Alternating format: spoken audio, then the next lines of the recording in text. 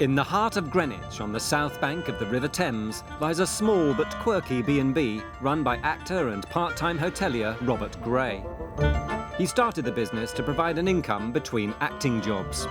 Being an actor, of course, it's difficult to make ends meet. Running the bed and breakfast sort of is our day-to-day bread and butter and living. 5 years ago, Robert transformed his home into a 3-bedroom B&B, but it's starting to feel its age. I sort of decorated on the sort of shabby chic school of interior design, and now it's been going for a few years, and I think that the chic bit's slightly gone, and I think we're looking slightly shabby, so I think I need a facelift. Juggling, acting and running a guest house has taken its toll, and Robert's run out of ideas. Hello, St Alfes Bed and Breakfast.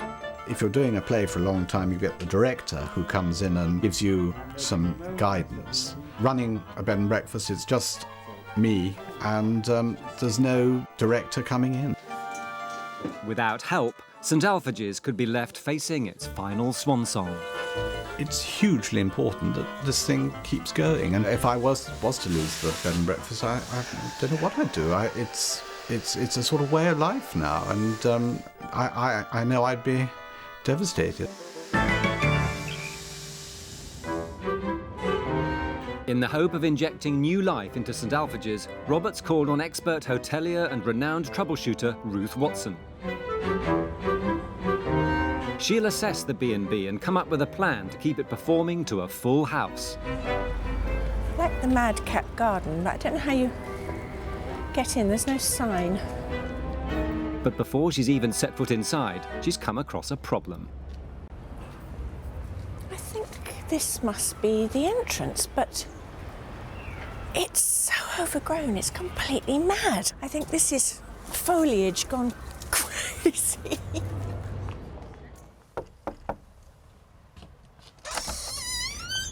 Hello. Come in. This is the most extraordinary entrance I've ever seen. Having braved the jungle outside, Ruth sits Robert down to find out why he's asked for her help. This is the most bijou B&B I've ever been in. Yes, it's fairly Lilliputian, I think. How many rooms have you actually got? We've got 3, 2 doubles and a single. How much was your turnover last year on the B&B? I don't know, to be quite honest. Right. If you don't know your turnover, I know damn well you're not going to know what your occupancy rate is, are you? Not in the slightest, no. I don't do it to make huge amounts of money. I do it as something to do. I work terribly hard at it. I certainly give value for money. I'm not going to ask you how. Before arriving at St Alfeges, Ruth conducted an online search for the B&B and didn't like what she found. There's one thing that I found utterly loathsome. Right. Far away. It says, cheap, gay B&B in central London. Now, if ever there was a more tacky message than that, I think you'd be hard-pressed to find it. I mean, fine, you know, you may be gay, but in effect, what you were saying to me, being straight, was you were challenging me. You know, I was thinking, do I want to go there? Am I going to get as warm a welcome as if I was gay? Yes, that's a very good point, that. You know, yes. And you're not averse to having straight people here at all, are you? We've had 1 or 2, yes. Ruth heads off to inspect the rest of the B&B, starting with the yellow room, a double. This is a pretty little room. It's got 2 windows, which is lovely, so it's very light. Yeah, it's charming. I mean, Robert's got a lot of style. But the big problem is it's not ensuite, and the idea of getting up in the middle of the night to have to go to the bathroom, or even in the morning, I think this is where things start to fall down. Next door, the green room, the B&B's only single. Incredibly dark colouring. Not my taste at all. Both rooms share 1 bathroom. Well, this is quite a decent-sized bathroom, but it does have to look after 2 rooms. And for me, where it all goes horribly wrong is the really manky shower curtain against the window. Paint peeling. There's a point where shabby chic becomes shitty chic, and this is it. Finally, the blue room, the only bedroom with an ensuite bathroom. Aha! Ah, what very pretty wallpaper. Very charming. But is the bathroom hiding a dark secret?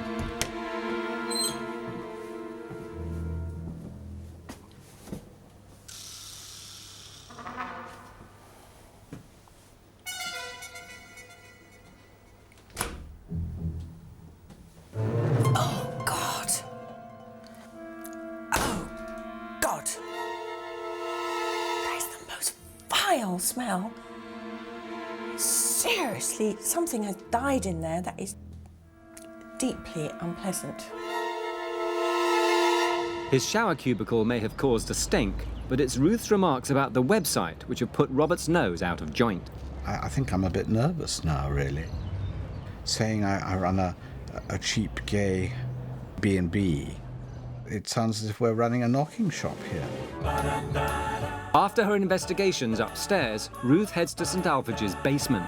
Guests share a table in the open-plan kitchen, turning meal times into something of a performance for Robert. I have to tell you, that's a great aroma that is coming up the stairs. Well, that's very sweet of you No, to say really, so. it does. Thank It's you. a good sniff. Why not take a pew? I will. Is this freshly squeezed orange juice or? Yes, it is. It's freshly squeezed and straight out of a carton. Good for you for admitting it. Robert prides himself on his full English, but will Ruth decide it's really the full ticket? Now, would you like some toast or croissant? Toast would be lovely, yes, thank you very much indeed. that. Thank you. I think this is very nice home-cooked breakfast. I think it's very nicely presented. I like having a flat mushroom, bacon, good back bacon. I think this is perfectly acceptable and I like the presentation a lot. Oh, well, thank you. Robert's culinary skills are deemed to be up to scratch, but can the same be said of his business acumen? Having admitted to a surprising lack of interest in the B&B's finances, Ruth is now intrigued by the apparent lack of an office.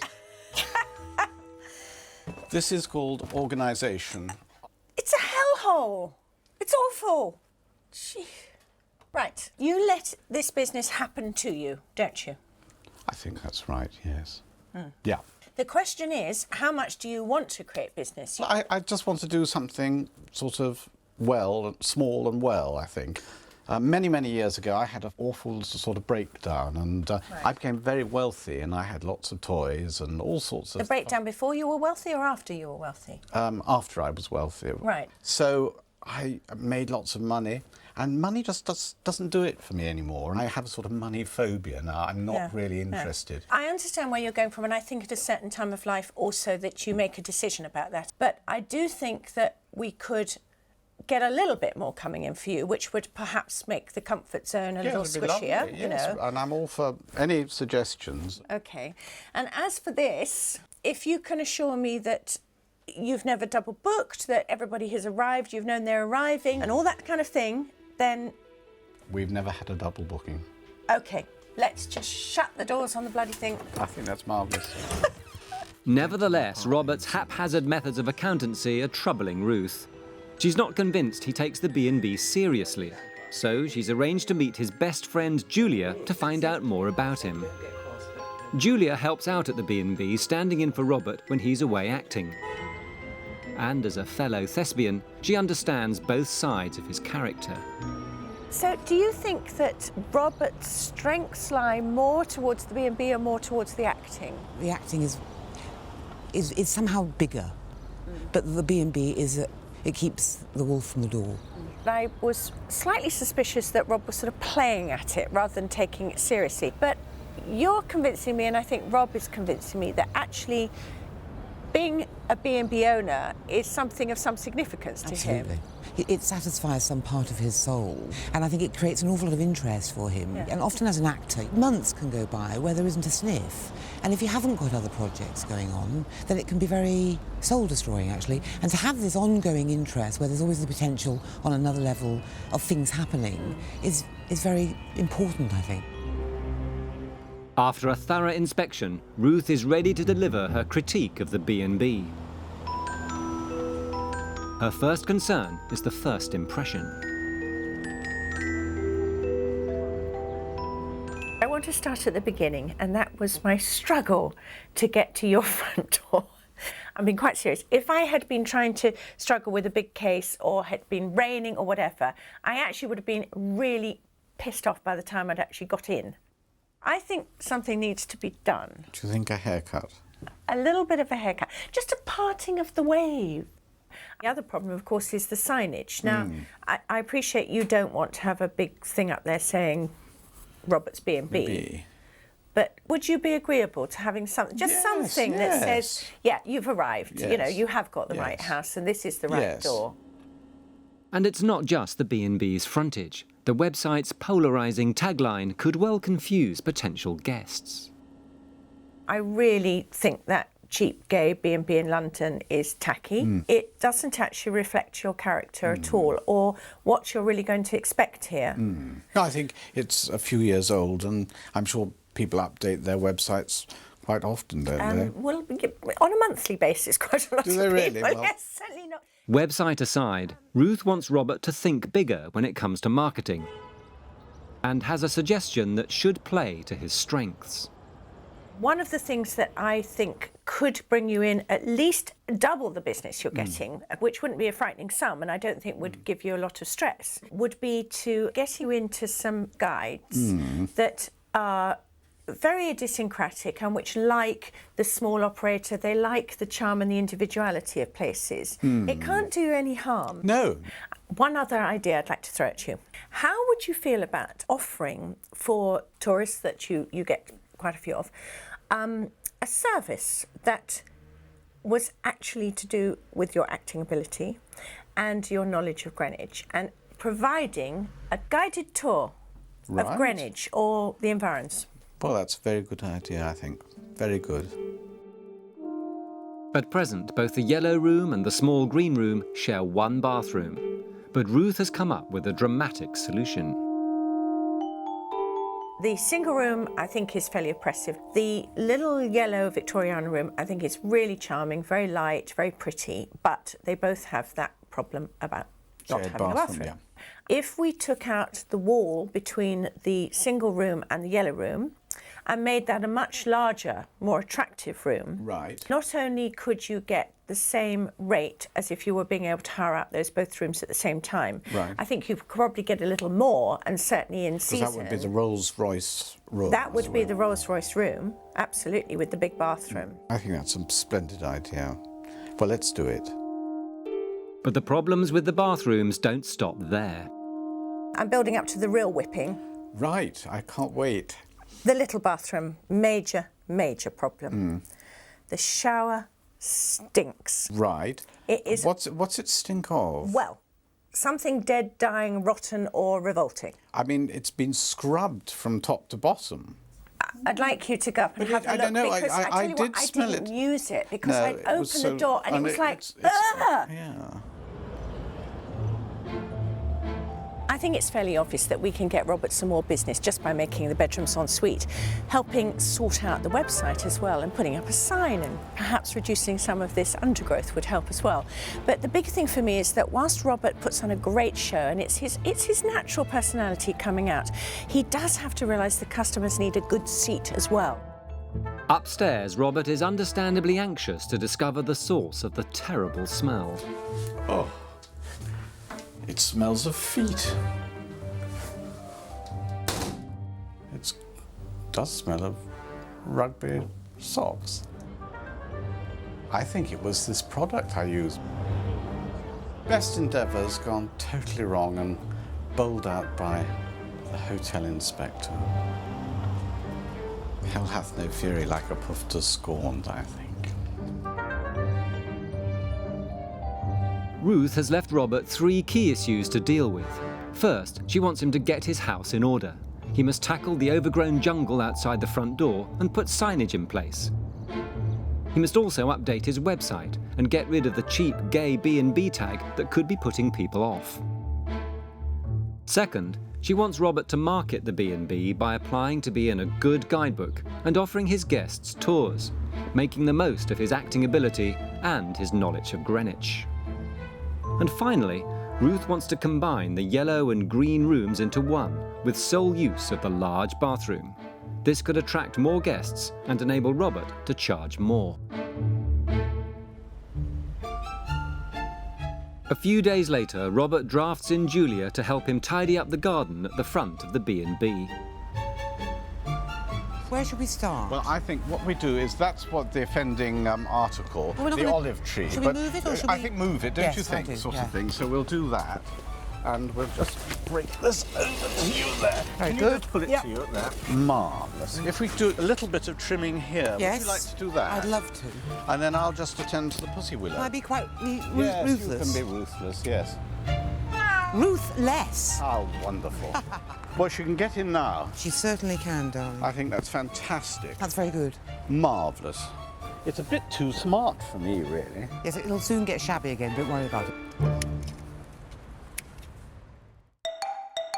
Ruth has asked Robert to market St Alfeges by getting into a good guidebook.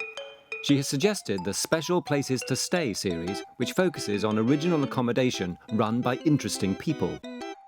But competition is fierce, and Robert must apply to be featured. He'll have to impress them if he's to gain a place. And action. Right, Julia, let's do it. Okay. Thank you very much for letting me sort of audition for your book. And the reason I think that... sorry, I'll start again. Julia and I, we're actors, we're fond of people, we're interested in people, and we do care. We're very small, but we pack a big punch.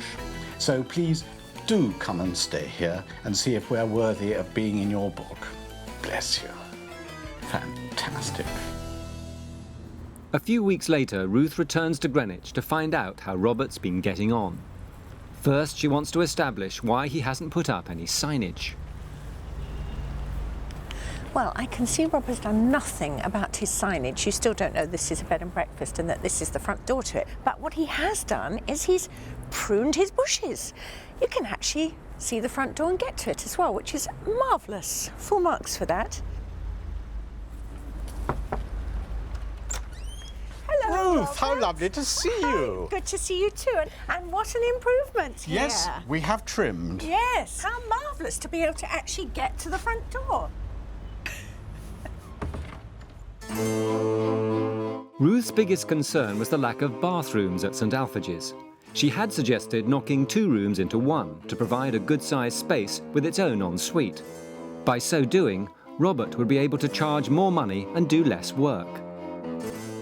But despite his initial agreement, he's been having second thoughts.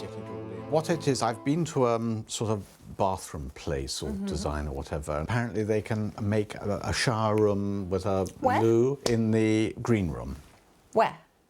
Well, that's what I thought, but they've designed it and they can just about get it all in. I'll show You're you. not telling me the little cubby hole at the back And you can use a bathroom in? I couldn't believe it, but they have.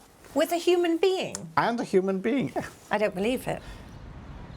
Ruth is clearly unconvinced by the intended micro makeover.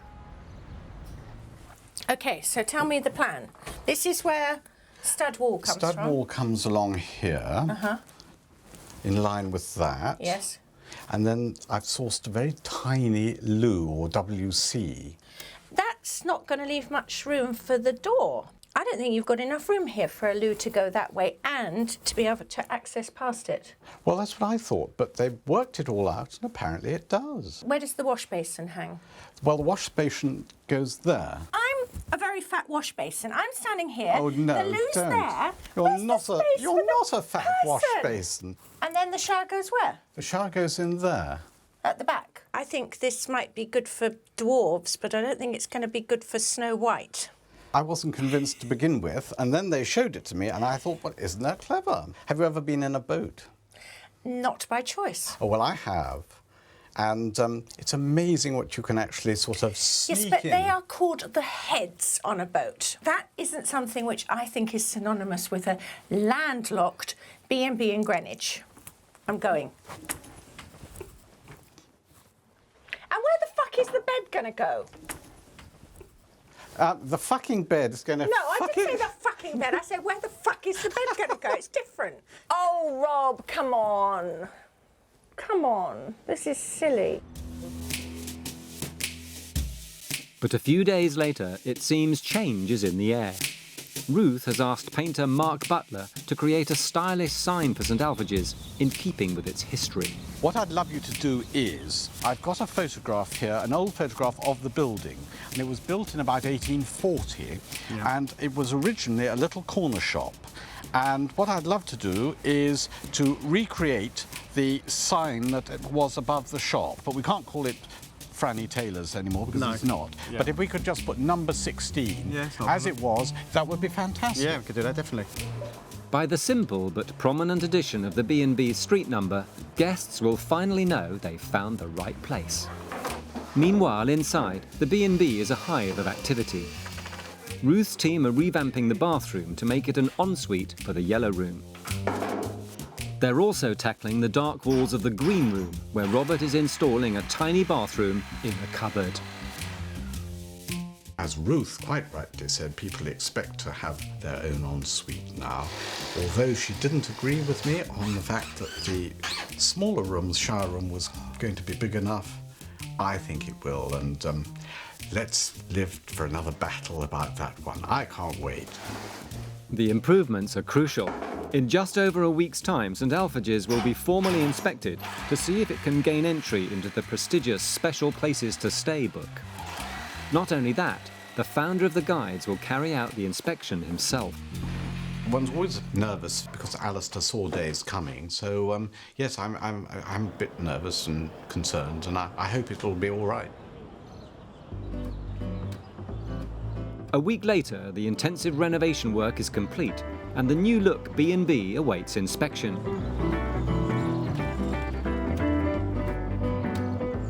By clearing up the front yard and painting a new sign in keeping with the style of the building, number 16 St Alfeges has finally found its identity. Well, this is a huge improvement. We now know we're at number 16, and it looks very handsome on the fascia board there. I think the garden's coming along as well because it looks lush, it looks interesting, it's got style, but I can get through. The website with its cheap gay B&B tag has been replaced with a simple but stylish site that welcomes all. Hello, Ruth. How lovely to see you. Gushing cheeks there. Hi. Lovely to see you. This is very good outside. And that lovely number 16. It's good, isn't it? But it wasn't just the B&B's presentation that Ruth identified as a problem. She thought the deficiency of ensuite facilities could be driving potential customers away. Now the once shabby shared bathroom has been transformed into a fresh and clean ensuite. The formerly claustrophobic green room is now light and airy, with a smaller bed that makes the most of the available space. The B&B is still packed with Robert's individual style, but now the facilities are finally up to scratch. At long last, St Alfeges is ready to be seen by the prestigious guidebook. Being in the book will enable Robert to target the kind of audience who'll appreciate his idiosyncratic style. In just a few hours' time, the guidebook's founder, Alistair Saudet, will arrive to assess the B&B, including its contentious cupboard bathroom. Ruth has arrived early for a sneak preview. Robert quickly shows Ruth the room where his VIP will stay. So do come in, Ruth. Gosh, just immediately feels bigger for not having those very dark green walls. And this, I imagine... Now, wait for it. I think this is a moment. Go for it. Deep breath. You're definitely going to have to say to any prospective guest that if they're booking this room, just not single, but also slim. Slim, yes. I have to say, though, that you have changed the layout because it was never going to work with the door coming through here. You almost can only wash one hand at a time. The shower is surprisingly capacious, and I don't know where your knees would go, but I really think you need to give people a heads up on this, that it is a very single room. But you have proved the point. You have managed to squish a little shower and loo and basin. So could we call this a truce? All right. With Alistair Saudet's inspection looming, there's just time for Robert to show Ruth Alistair's room for the night. And this is the yellow room, Ruth. And more importantly, this is the yellow room ensuite. Ensuite, yes. I think it's a triumph. I really, really do. It's a really nice sized bathroom. You've got everything you need in here. It's still got a nice little touch of the old Victoriana in your character with the photographs and black and white floor and things. And I think it's brilliant. A bit nervous about this because, you know, it's yet another inspection. You're putting me through my paces, really, I Ruth, am. aren't you? But most importantly, though, we've got to make sure this is absolutely clean. Good Lord, Ruth. That is serious dust. Do you know what I think I better do? Clean. I better get my feather duster out.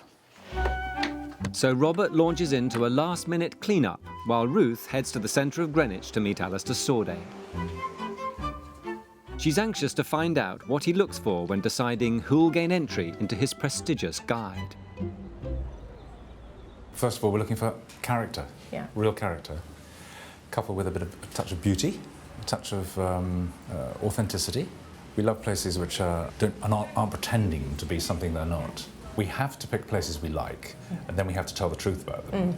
And I think the readers know that, and they will go to the places they like the sound of. Is it going to be very difficult for Robert to get into your guide, do you think? Well, I think it's always difficult Right. to get into our guides. I mean, really, there's a huge waiting list, and everything hinges on the inspection. Yeah. And the most crucial question of all on the inspection is, would you want to stay here yourself? You can't get into our B&B book if you don't sign a pledge only to serve organic and or local food at breakfast where possible. Oh, that's very interesting. Yeah. Now, that's going to be very testing for Robert because I'm not sure that at the moment that is something he does. Robert will clearly have to pull out all the stops if he's to impress Alistair, right down to the breakfast menu. The moment of truth for Robert's B&B has arrived. How very nice to see you. Have you had a good journey? I've had a perfect journey. Come in. Where can I wipe my feet? Well, you can just wipe them on the floor. Oh, I'm going to make your floor dirty. Oh, I'm sorry. really? It doesn't matter. Come in. After signing in and enjoying a quick cup of tea, Alistair is shown upstairs to his room. It's an opportunity for Robert to express his personality and that of his B&B. Your room for tonight. Here we are. How pretty. You've got your ensuite bathroom, ensuite. I'm supposed to call it ensuite, aren't Yes, I? I loathe it with possibly more passion. You're the than only you. person I've ever met I who said cannot bear it. I cannot say it. I have to say ensuite. Do you mind if I sit on the bed? Please do. The crucial part of the test. It feels very comfortable. Pillows. Now, I see you've not got a feather pillow. I don't think we have, because some people get very funny about that. Do you have them available for people who like them? No. And Alistair, do come. Here's the bathroom, which we've just had refurbed or something. It's nice. Yes. I like it. But it's not too clinical. Robert, why do you have boxing gloves? Well, I had to get that in for Ruth. I find this rather alarming. The B&B's decor seems to have made an impression on Alistair, but will the rest of the place? He's eager to find out whether Robert is prepared to take a greener slant on his breakfasts. People coming into our B&B book have to sign a pledge. Right. Oh, this is yeah. This is probably news to you. Is your food sourced locally? No. Do you know where the food comes from? I'm afraid just. We have a sticking point. So Robert will have to show Alistair his ingredients can be bought locally or organically if he's to get accepted into the book. But the tour doesn't end Yes. there. Anyway, this is the blue room. This is pretty. Alistair has to assess every room, and Robert is starting to feel nervous about the impending inspection of the green rooms ensuite. Yeah. You don't have to swing a cat in a bathroom. No, but we do get smaller. I mean, there are smaller bathrooms. I'm afraid we get very small. Small one. Yes. Well, Alistair, do come in. This is the green room, which is the single room. How nice. And Very, very small. very small. No sign of a bathroom. Where can you possibly have squeezed it in? Well, it has been a slight bone of contention, but we did manage to get one in, so it's here. Oh, good heavens. It's tiny. It's tiny. I could happily stay here. £50 a night. It is. No, that's fine. That's absolutely fine. There seemed to be a meeting of minds, and I think perhaps it would be splendid to be in his book, really. The bathroom has passed muster, and so far, things seem to be so good. He spoke a lot about going green. I didn't know very much about it, but I didn't let on. He was rather so charmingly like a rabbit in the headlights. I mean, he didn't really know what I was talking about. Anything could go wrong and may, so we'll have to wait and see. But Alistair's insistence on a green breakfast may prove a sticking point. If breakfast is very bog standard, then I wouldn't put him in.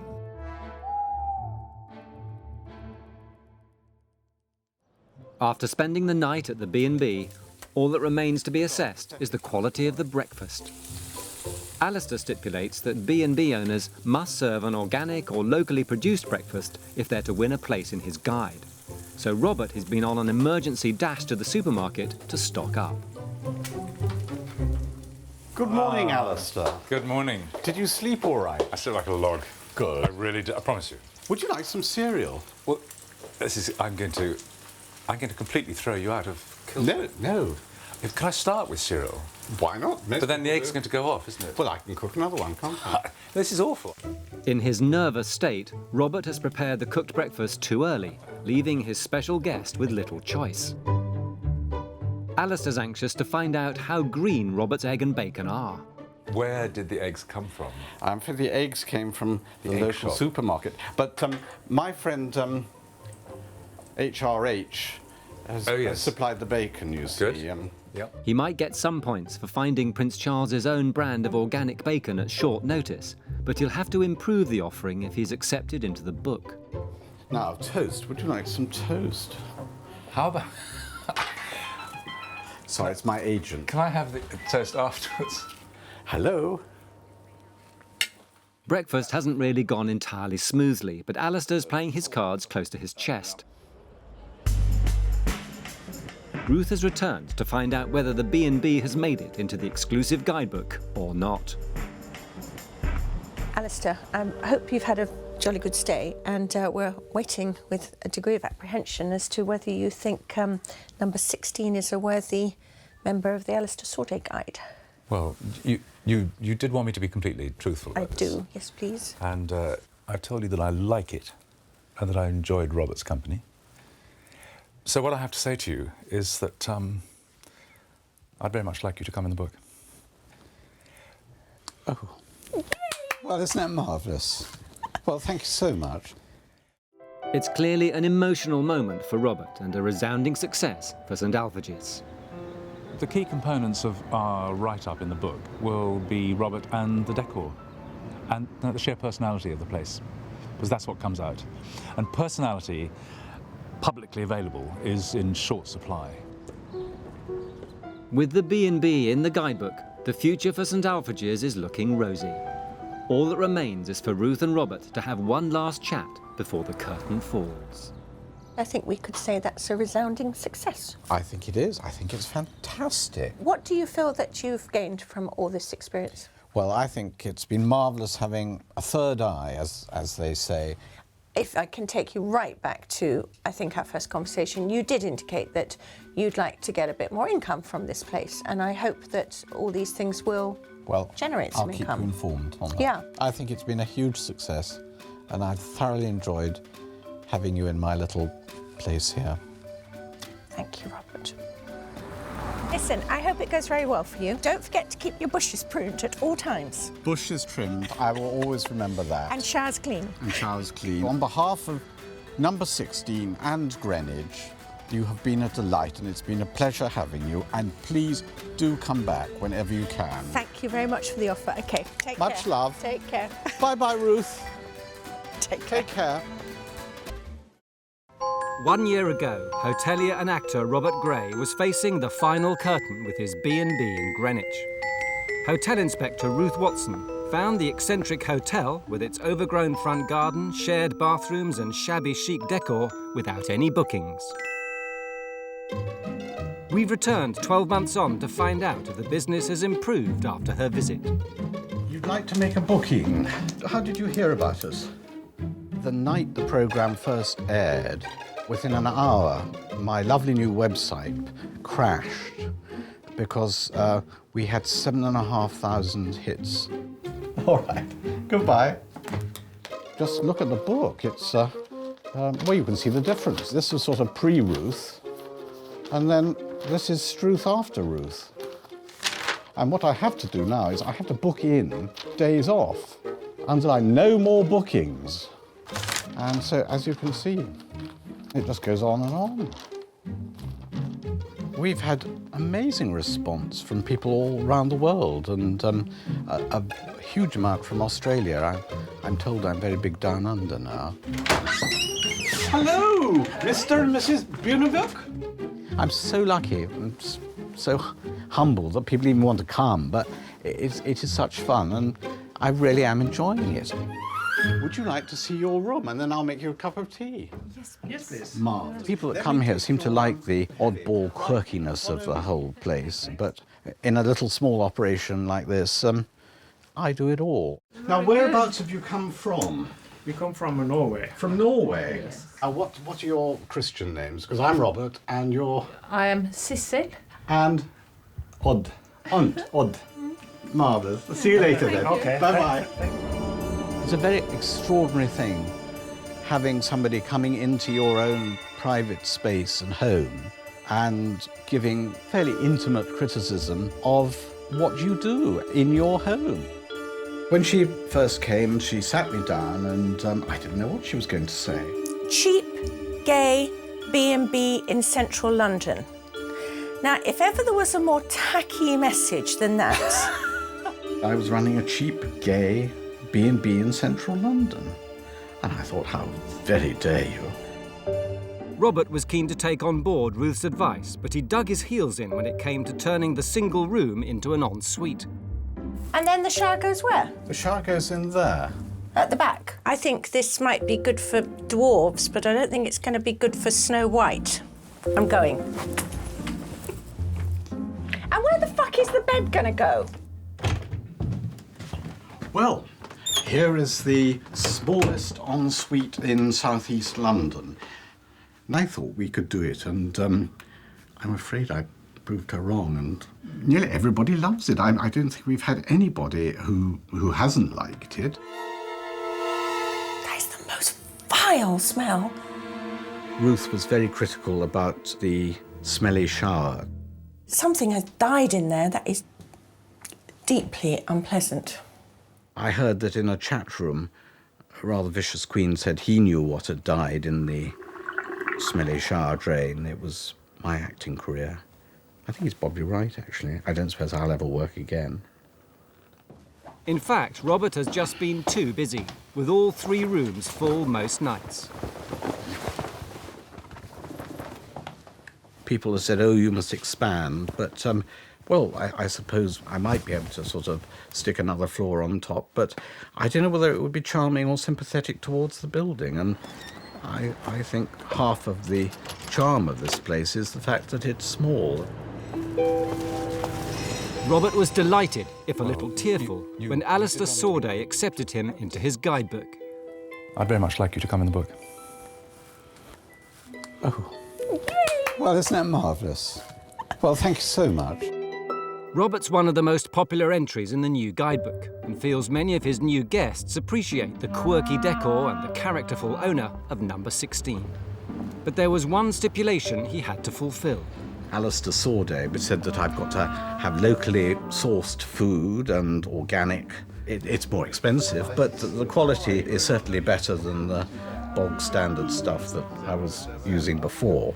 Can I have the usual 10 Cumberland pork sausages? Of course. And if you could put it on the number 16 slate. Okay. That's very kind, as ever. I've got a job that I fall out of bed and I teeter down to the kitchen and I give a performance before most people have woken up. Now, you're all having a full English, aren't you? Yes, we are. Yes? I went to the theatre last night, and who was I sitting next to? Camilla and Prince Charles. That's great. Isn't that amazing? Well, two doors along and all his flankies, you know. Let me try the Marmite. Oh, have you never tried it before? Yes, I've tried it, but I don't remember what it tastes like. It's sink or swim, I'm afraid. It'll... So what have you got planned today? I think I certainly need an equity card to actually run a B&B, and I think all B&B owners ought to have an equity card first before they're allowed to run one. Good breakfast, thank you. Is it all right? It's wonderful. Good. I can do a month and a bit without a day off, but after that I start getting a bit sort of raggy round the edges. I think the facelift will have to be booked in.